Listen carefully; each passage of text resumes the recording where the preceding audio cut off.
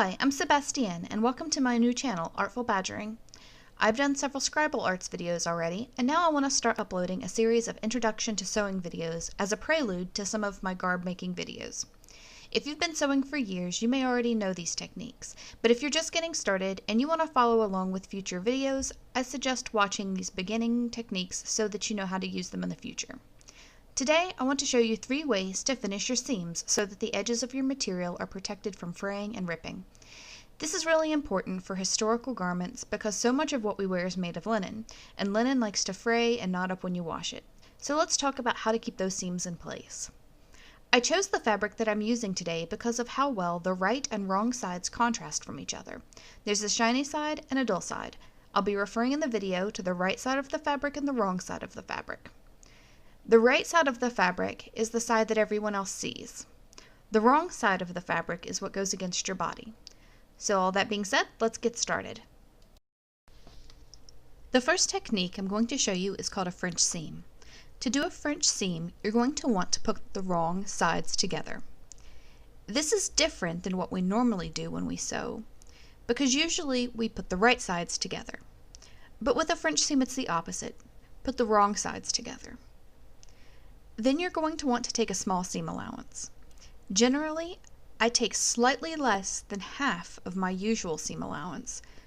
So since I normally take about a ½ inch of seam allowance, here I want to take slightly less than half of that. So approximately a 1/4 of an inch or less. Now sew that together. If it comes out slightly uneven like mine did here in a few places, don't worry about it too much because that can easily be fixed by trimming off the larger pieces that stick out so that the small seam allowance is nice and even. Try not to trim off too much though, or else it'll make the final product smaller than desired. Now open the fabric up and fold it back the other way so that now the right sides are touching. This is where an iron would really have come in handy, and I highly recommend using one if you're going to try this technique. But since I'm just demonstrating this and I didn't want to take the time to walk back and forth between an iron and the sewing machine, I'm just going to use my fingers to press it down a little bit. Now that we've put the right sides together, we're going to go back to the sewing machine and we're going to take a little more than half of our usual seam allowance. So again, since my usual seam allowance is a ½ inch, I'm going to take a little more this time.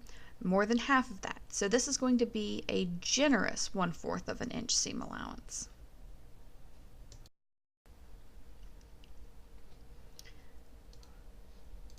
Sew all the way down to the end, and as you're sewing, try to keep the pieces from slipping around too much. Honestly, it's not as hard as it looks if you use an iron. Ironing down those pieces will really keep them flat and prevent them from moving around too much. Alright, now we're done. And here's the final product, a tube-like structure that goes on the inside of the garment. If you open the seam up, it looks just like an ordinary seam. A small thing will appear on the back of the garment, never to be seen, but it does look very even and very attractive. Now on to technique number 2. For this we're going to be using 2 different colors of fabric, blue and red. We're going to put the right sides together and we're going to take a seam just like you normally would using a regular seam allowance. For purposes of demonstration I'm going to use quite a large seam allowance here, but if you're using this technique there's no reason to take a seam allowance any bigger than that which you're used to. Again, an iron would come in handy here, but since I'm apparently too lazy to make this easy on myself, I'm just going to lay this open and finger press these seams apart. I'm going to be showing you 2 different ways to do a flat felled seam. On the blue side, we're going to flat fell that side by machine, and on the red side, we're going to do that side by hand.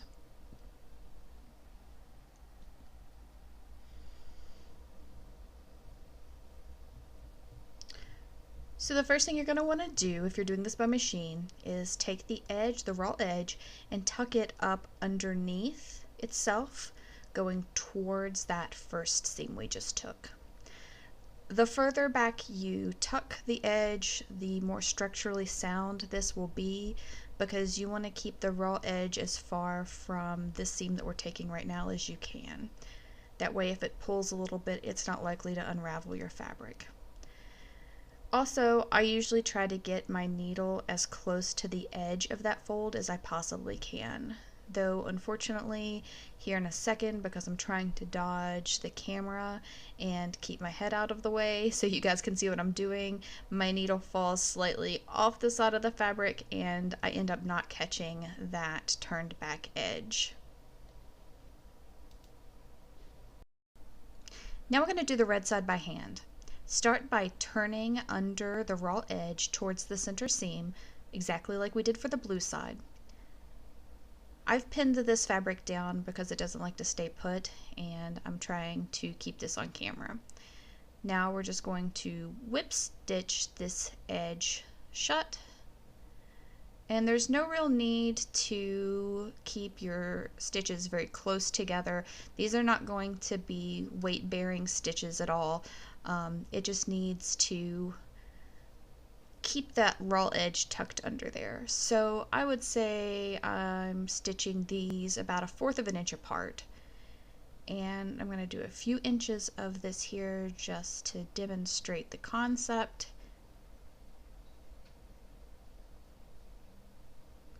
It also helps sometimes if you wax your threads so that they don't get bound up. Make sure to knot your thread before starting and when you get to the end and you're ready to stop. Okay, I think that's good there. As you can see on the back side, I've only caught just a little bit of that material, and so those little tiny dots that you see are where the thread is coming through on the surface of the fabric. So that's something that you are going to see on the outside. And I think it looks a lot better compared to the blue side where you can literally see the running stitch straight down. The last technique I'm going to show you, we're going to use stitch number 12 on my machine. This is probably the simplest technique. And if you're fortunate enough to have a overlock serge protector, then you can use that instead of this. But most people don't have a serger if they're just going to start out sewing, and if you don't, that's fine, because we can approximate a serge protected seam by using a zigzag anchored stitch.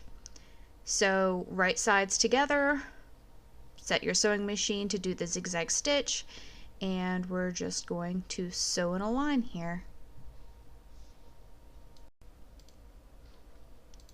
Okay, let's open this up and see how it looks. So as you can see, the outside looks just fine, just like a normal stitch would.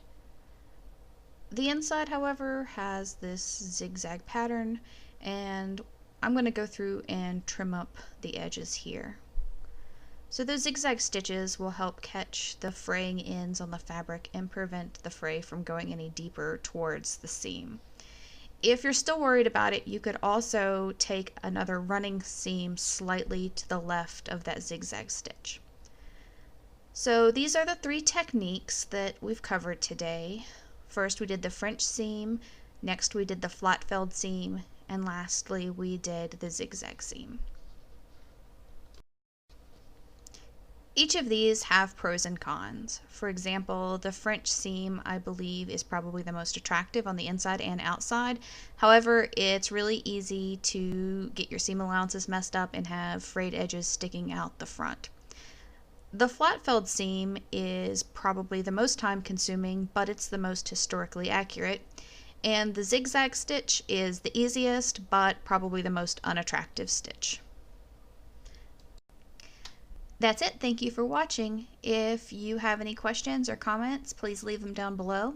If you'd like to be notified when new videos are uploaded, hit the subscribe and notification bell. Have a great day.